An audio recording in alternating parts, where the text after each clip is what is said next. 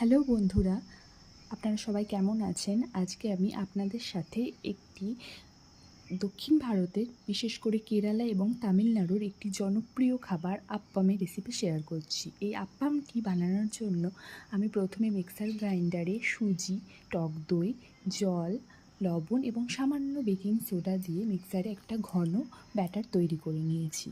এরপর আমি একটা ফ্রাইং প্যানের মধ্যে কোনো রকম তেল ছাড়াই এই ব্যাটারটা এক হাতা মতো ঢেলে দেবো এবং কিছুক্ষণ ওয়েট করব।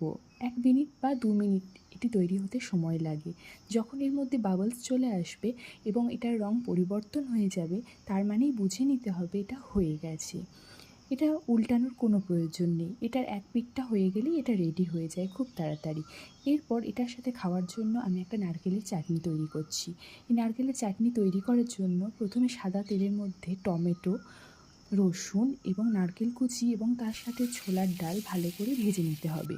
এরপর এই ভাজা জিনিসগুলোকে একটা মিক্সার গ্রাইন্ডারের মধ্যে দিয়ে জল এবং লবণ এবং লেবুর রস এবং তার সাথে লঙ্কা সব কিছু একসাথে দিয়ে পেস্ট তৈরি করে নিলেই তৈরি হয়ে যাবে আমাদের হেলদি একটা ব্রেকফাস্ট আপ্পাম।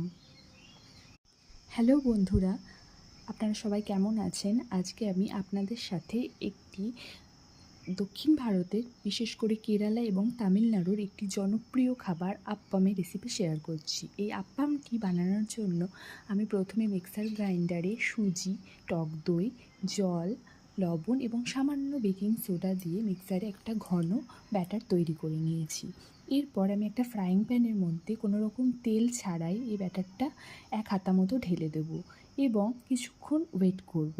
1 মিনিট বা 2 মিনিট এটি তৈরি হতে সময় লাগে। যখন এর মধ্যে বাবলস চলে আসবে এবং এটার রং পরিবর্তন হয়ে যাবে, তার মানেই বুঝে নিতে হবে এটা হয়ে গেছে। এটা উল্টানোর কোনো প্রয়োজন নেই। এটার এক পিঠটা হয়ে গেলেই এটা রেডি হয়ে যায় খুব তাড়াতাড়ি। এরপর এটার সাথে খাওয়ার জন্য আমি একটা নারকেলের চাটনি তৈরি করছি। এই নারকেলের চাটনি তৈরি করার জন্য প্রথমে সাদা তেলের মধ্যে টমেটো, রসুন এবং নারকেল কুচি এবং তার সাথে ছোলার ডাল ভালো করে ভেজে নিতে হবে। এরপর এই ভাজা জিনিসগুলোকে একটা মিক্সার গ্রাইন্ডারের মধ্যে দিয়ে জল এবং লবণ এবং লেবুর রস এবং তার সাথে লঙ্কা সব কিছু একসাথে দিয়ে পেস্ট তৈরি করে নিলেই তৈরি হয়ে যাবে আমাদের হেলদি একটা ব্রেকফাস্ট আপ্পাম। হ্যালো বন্ধুরা, আপনারা সবাই কেমন আছেন? আজকে আমি আপনাদের সাথে একটি দক্ষিণ ভারতের, বিশেষ করে কেরালা এবং তামিলনাড়ুর একটি জনপ্রিয় খাবার আপ্পামের রেসিপি শেয়ার করছি। এই আপ্পামটি বানানোর জন্য আমি প্রথমে মিক্সার গ্রাইন্ডারে সুজি, টক দই, জল, লবণ এবং সামান্য বেকিং সোডা